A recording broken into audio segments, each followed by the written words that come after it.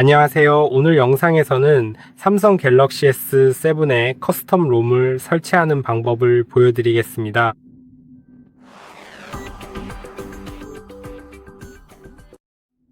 커스텀 롬은 운영체제를 수정한 버전으로 최신 안드로이드와 같은 새로운 OS를 사용할 수 있게 해주어 최신 앱과 기능을 이용할 수 있습니다. 모든 기능을 다 사용할 수 있는 것은 아닙니다. 이렇게 오래된 폰에서는 모든 기능이 제공되지는 않겠지만 많은 경우에 오래된 폰에 새 생명을 불어넣는 가치가 있다고 생각합니다. 그럼 시작해 봅시다. 삼성 S7에 중요한 데이터가 있다면 반드시 백업해 두세요. 커스텀 롬을 설치하면 모든 데이터가 삭제됩니다. 그러니 데이터를 꼭 백업하세요. 그리고 구글 계정에 로그인되어 있지 않은지도 확인하세요. 설정으로 들어가서 클라우드 및 계정으로 이동한 다음 계정으로 들어가세요. 여기에 구글 계정이 있다면 클릭해서 삭제하세요. 이제 구글 계정이 없다면 시작할 수 있습니다. 가장 먼저 해야 할 일은 휴대전화 정보로 들어가는 것입니다. 여기서 모델명을 확인할 수 있습니다. 저와 같은 모델인 SMG930F라면 아래 설명란에 있는 링크를 통해 커스텀 롬을 다운로드할 수 있습니다. 파일에 대해서는 나중에 설명드릴게요. 하지만 지금은 나머지 과정을 진행해 봅시다. 만약 다른 모델을 가지고 있다면 그래도 이 영상을 따라할 수 있을지도 모릅니다. 만약 홈 버튼이 있는 비슷한 휴대폰을 가지고 있다면요. 그리고 이 S7과 비슷하게 생긴 모델이라면요. 이 영상을 계속 따라할 수 있지만 필요한 파일은 직접 구해야 합니다. 또한 저희 채널에서 다른 삼성 기기에 대한 영상을 검색해 보셔도 됩니다. 이미 여러 영상이 업로드되어 있으니 그런 영상들도 참고하시면 도움이 될 거예요. 그 영상들은 다른 모델을 위한 것입니다. 이제 소프트웨어 정보와 휴대폰 정보로 이동하세요. 그리고 빌드 번호를 7번 누른 다음 메인 화면으로 돌아가서 개발자 옵션을 찾으세요. 그 다음 OEM 잠금 해제를 활성화하고 켜기를 누르세요. 이제 모든 데이터가 삭제된다는 점을 꼭 기억하세요. 백업을 완료했는지 그리고 구글 계정에서 로그아웃 했는지 확인하세요. 이제 부트로더가 이미 잠금 해제되어 있으니 컴퓨터로 이동해야 합니다. 이것은 오래된 휴대폰이기 때문에 부트로더를 잠금 해제할 때 디바이스 얼락 모드로 들어갈 필요가 없습니다. 휴대폰을 끈 후에 이제 말씀드린 대로 컴퓨터로 이동해서 몇 가지 작업을 하겠습니다. 우선 저는 메가 웹사이트를 준비해 두었습니다. 이 링크는 아래 설명란에 있습니다. 만약 설명란에서 보이지 않는다면요. 어떤 이유에서든 여기 링크가 있으니 그냥 브라우저에 입력하시면 됩니다. 커스텀 리커버리는 커스텀 롬을 설치하기 위해 다운로드해야 하는 리커버리 모드입니다. 그러니 선택해서 여기서 다운로드 하세요. 이제 다시 돌아가서 커스텀 롬으로 이동합시다. 그리고 저는 두 가지 다른 버전을 준비해 두었습니다. 이것은 S10 포트 버전으로 즉 One UI가 적용되어 있다는 뜻입니다. 기본적으로 삼성 시스템처럼 보일 것입니다. 하지만 더 최신이긴 하지만 그렇게 많이 최신은 아닙니다. 그래서 리니에지로도 갈 수 있는데 그건 안드로이드 14가 적용되어 있습니다. One UI 4.1 이 정확히 뭔지 잘 모르겠네요. 한번 확인해 볼게요. 아마 안드로이드 12일 거예요. 네, 안드로이드 12가 맞고 삼성처럼 보이거나 안드로이드 14는 구글 픽셀 시스템처럼 보입니다. 저는 그 버전을 사용할 예정이고 파일이 두 개 있는 이유는 기본 파일이 구글 서비스를 지원하지 않기 때문입니다. 그래서 두 번째 파일도 받아야 합니다. 그리고 이 버전을 받으면 파일이 하나만 필요하고 원하는 것을 선택하시면 됩니다. 두 가지 모두 테스트해 볼 수 있습니다. Universal Cleaner와 Universal Partitioner도 사용해야 합니다. 그래서 저는 리니에지에서 이 두 파일과 유니버설 파일 두 개를 다운로드 했습니다. 이제 저희 웹사이트 헐셋으로 이동할 수 있습니다. .info로 이동한 다음 다운로드에서 다운로드로 이동하세요. 알겠습니다. 다운로드에 광고가 있습니다. 삼성 드라이버를 찾아야 합니다. 보통 목록 맨 위에 있지만 없다면 여기에서 직접 입력하세요. 다운로드를 클릭하세요. 이 사진이 있는 파일이 맞는지 꼭 확인하세요. 이제 다시 다운로드로 가서 어딘을 찾으세요. 여기 어딘이 보입니다. 오늘 알게 된 사실인데 제 인터넷이 제대로 작동하지 않습니다. 네, 제대로 작동하지 않는 게 보이네요. 그러면 페이지를 새로 고침하고 다시 입력해 보겠습니다. 네, 이제 나왔네요. 버전 3.1, 4.4가 보입니다. 다운로드를 클릭하세요. 여기에서 다운로드를 클릭하세요. 저는 이미 다운로드 해두었습니다. 그리고 이제 여기 있는 다운로드 폴더로 가면 됩니다. 이제 먼저 삼성 드라이버를 찾아서 마우스 오른쪽 버튼을 클릭하세요. 그런 다음 모두 추출을 클릭하고 추출을 누르세요. 그러면 이 폴더가 생성됩니다. 자동으로 폴더가 열릴 수도 있습니다. 여기에서 USB 드라이버 파일을 찾은 후 그것을 열고 설치하면 컴퓨터를 반드시 재시작해야 합니다. 저는 이미 설치했기 때문에 다시 하지 않겠지만 꼭 컴퓨터를 재시작하세요. 그렇지 않으면 제대로 작동하지 않을 수 있습니다. 이제 다음은 바로 여기 있는 오딘입니다. 오딘을 열고 또 한 번 열어서 먼저 파일을 추출하세요. 마우스 오른쪽 버튼을 클릭하고 모두 추출을 누른 다음 추출을 클릭하면 어딘 exe 파일을 찾을 수 있습니다. 이제 마이크로 USB 케이블을 준비하세요. 파일 전송이 가능한 케이블인지 꼭 확인하세요. 잠시 후에 이 케이블이 제대로 작동하는지 확인해 볼 겁니다. 하지만 먼저 휴대폰을 다운로드 모드로 전환해야 합니다. 이 작업을 하려면 전원 버튼을 길게 눌러 휴대폰을 끄고 전원 끄기를 누른 다음 한 번 더 누르세요. 이제 휴대폰이 꺼지면 진동이 올 거예요. 추가로 10초 정도 더 기다려서 식힌 다음 전원 버튼을 길게 누르세요. 볼륨 다운 버튼과 홈 버튼도 동시에 누르세요. 지금 저는 전원, 볼륨 다운, 홈 버튼 3개를 모두 누르고 있고 이제 볼륨 업 버튼을 누르세요. 곧이어요. 이제 다운로드 모드에 진입했습니다. 아직 케이블을 연결하지 않았다면 지금 연결하세요. 그리고 휴대폰이 목록에 검 포트로 표시된다면 드라이버가 설치된 것입니다. 드라이버를 설치한 후에는 컴퓨터를 반드시 재시작하세요. 그렇지 않으면 여기서 제대로 작동하지 않을 수 있습니다.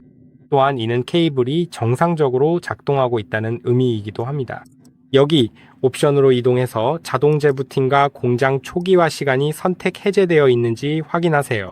기본적으로 여기서는 모든 항목이 선택 해제되어 있어야 합니다. 그 다음 AP 버튼을 클릭하세요. 그리고 방금 다운로드한 우리 휴대폰용 TWRP 파일을 선택하세요. 그 다음 시작, 스타트 버튼을 클릭하세요. 이제 페이스라고 표시되면 휴대폰을 간단히 재시작할 수 있습니다. 하지만 이를 위해서는 버튼 조합이 필요합니다. 먼저 전원 버튼과 볼륨 다운 버튼을 약 7초간 눌러 화면이 꺼질 때까지 기다리세요. 그리고 화면이 꺼지면 여전히 전원 버튼을 누른 상태에서 볼륨 다운에서 손가락을 떼고 볼륨 업으로 옮긴 다음 다른 손가락으로 홈 버튼도 함께 눌러주세요. 자, 이제 해봅시다. 전원 버튼과 볼륨 다운 버튼을 약 7초간 누르세요.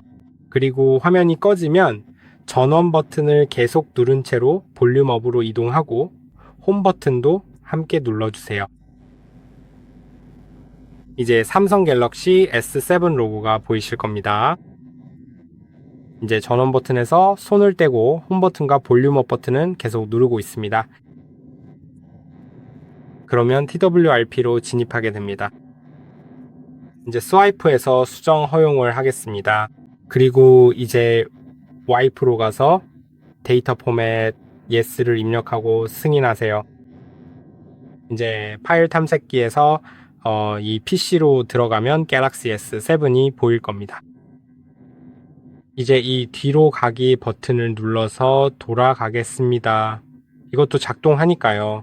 네, 이 버튼이나 저 버튼 둘 다 사용할 수 있습니다. 그 다음에 여기 내부 저장소로 들어가서 여기에 파일을 복사해야 합니다. 리파티셔너 파일입니다. 다운로드 폴더로 가서 리파티셔너 파일을 찾으세요. 저는 컨트롤 블락 C를 누르겠지만 마우스 오른쪽 클릭 후 복사를 선택해도 됩니다. 갤럭시 S7 내부 저장소에 붙여넣기 하세요. TWRP에서 설치 버튼을 누른 뒤 리파티셔너 파일을 선택해 주세요. 이제 화면을 밀어서 플래싱을 진행하고 잠시 기다리세요. 아마도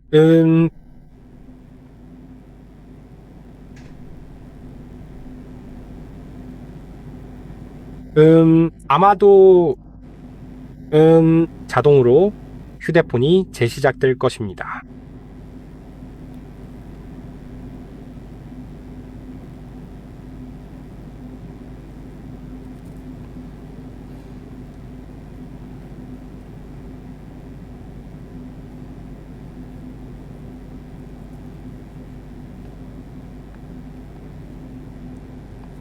좋아요. 잠시 기다려 봅시다.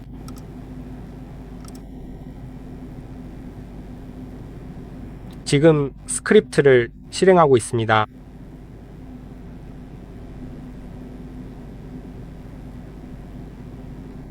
여기서는 영상을 자르지 않을 거예요. 여러분이 모든 과정을 제대로 볼 수 있도록요.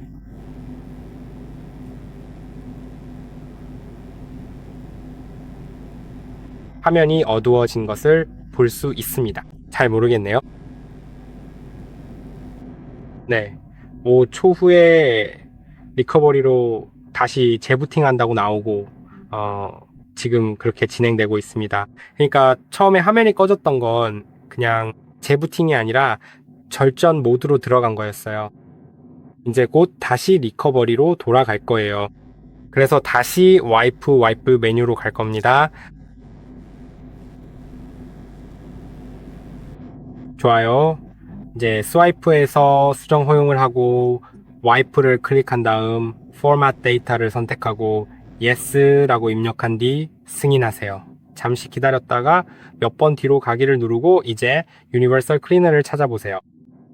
그걸 컨트롤 플러스 C로 복사해서 갤럭시 S7 내부 저장소로 가서 컨트롤 플러스 V 또는 붙여넣기를 하고 설치를 클릭하세요. 안 보이네요. 이상하게도 안 보여요.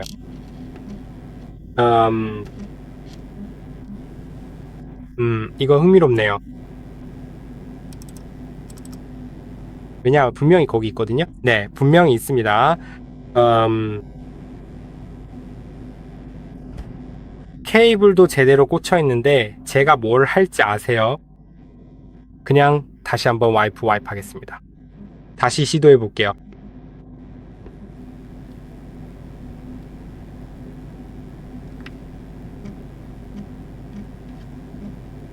좋아요. 지금은 안 보이죠? 여기로 가도 안 보이고요. 컨트롤 플러스 V를 눌러 설치하면 이제 보입니다. 좋아요. 이제 스와이프해서 플래시를 확인합시다. 5초 후에 재부팅 됩니다. 이 파일들은 어떤 커스텀 롬을 설치하든 꼭 필요합니다. 그러니까 잠깐만 기다려 주세요. 그렇게 하고 잠시 후에 나머지도 설치해 보겠습니다. 이제 다른 창 파일 탐색기를 열겠습니다. 이제 스와이프에서 수정 허용을 해봅시다. 이제 다시 스와이프에서 데이터 포맷 뒤로 가서 이제 다운로드로 이동한 다음 리니에이지와 닉 둘 다 선택하겠습니다. APF도요. 그래서 둘 다 선택하거나 아니면 하나씩 해도 됩니다. 컨트롤 C, 컨트롤 B. 파일을 복사하는데 조금 더 시간이 걸릴 거예요. 마이크로 USB는 그렇게 빠르지 않고 파일들도 그렇게 작지 않다는 걸 기억하세요. 보시다시피 2분이 걸립니다. 다 끝나면 다시 말씀드릴게요. 좋아요. 거의 다 됐어요. 그리고 이제 설치로 가봅시다. 왜 잠금이 풀리지 않는 거죠? 설치로 가서 먼저 리니에이지를 선택하고 플래시를 확인하세요.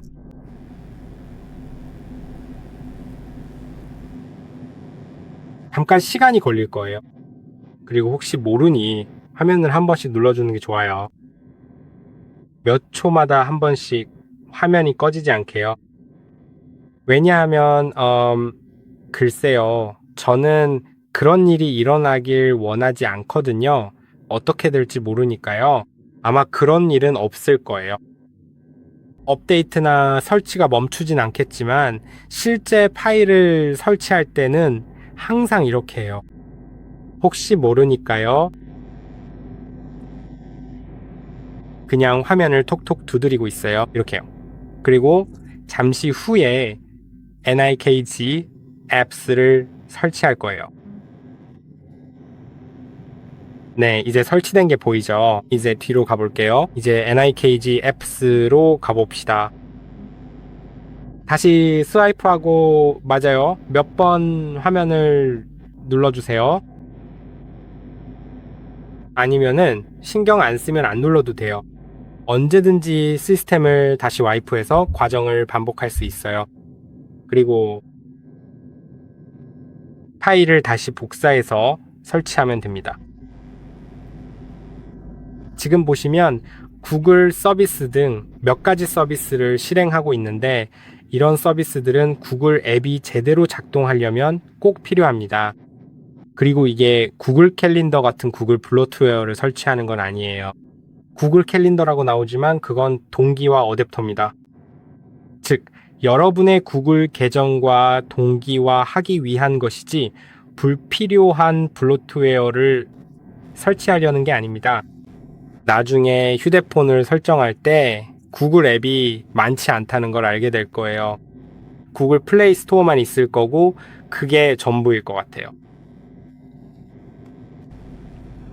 네, 하지만 구글 키보드도 설치되고 서비스 프레임워크나 날씨 같은 몇 가지 다른 것도 설치되긴 해요. 그래도 많지는 않을 거예요. 그리고 이런 것들은 휴대폰을 정상적으로 사용하려면 꼭 필요합니다.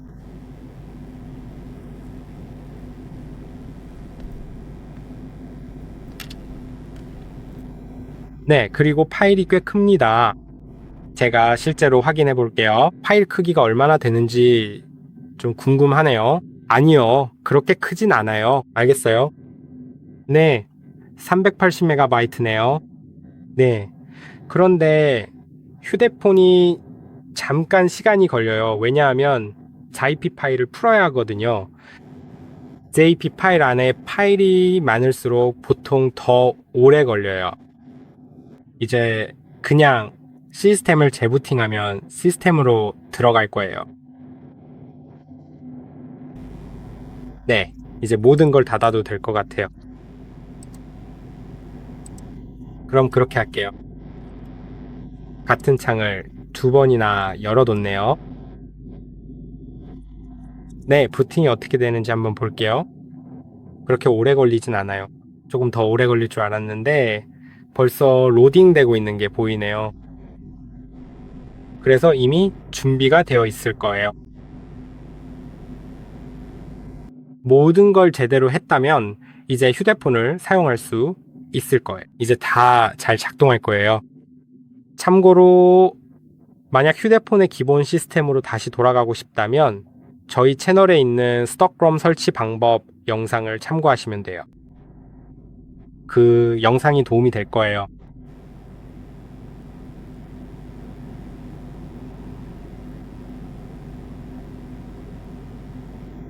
잠깐만 기다려 볼게요. 실제로 영상을 잠시 멈췄다가 다시 돌아올게요. 이제 휴대폰이 부팅됐어요. 이제 설정할 수 있어요. 시스템이 어떻게 보이는지 보여드리기 위해 정말 간단하게 설정해 볼게요. 그래서 모바일 네트워크는 건너뛸게요. 지금은 와이파이도 건너뛸게요. 언제든 나중에 연결할 수 있으니까요. 네, 이것도 건너뛸게요. 이건 동의할게요. 실제로 이걸 어떻게 건너뛰죠? 못하네요. 알겠어요. 그럼 패턴과 지문을 선택해 볼게요. 패턴 크기를 직접 설정할 수도 있네요. 정말 멋진데요. 저는 그냥 3 곱하기 3으로 하고 여기서도 건너뛸게요. 네. 근데 패턴 크기를 커스터마이즈 할 수 있다는 게 정말 멋져요. 이런 기능은 정말 오랜만에 보네요. 그리고 보시다시피 이게 기본적으로 휴대폰에 설치된 모든 앱들이에요. 그래서 구글과 플레이 스토어 그리고 가장 기본적인 앱들만 제공됩니다. 그리고 이제 모든 것이 제대로 작동하고 있어요. 네, 이 영상이 마음에 드셨길 바랍니다. 좋아요도 잊지 마시고요. 그리고 구독도 해주세요. 그럼 다음 영상에서 뵙겠습니다.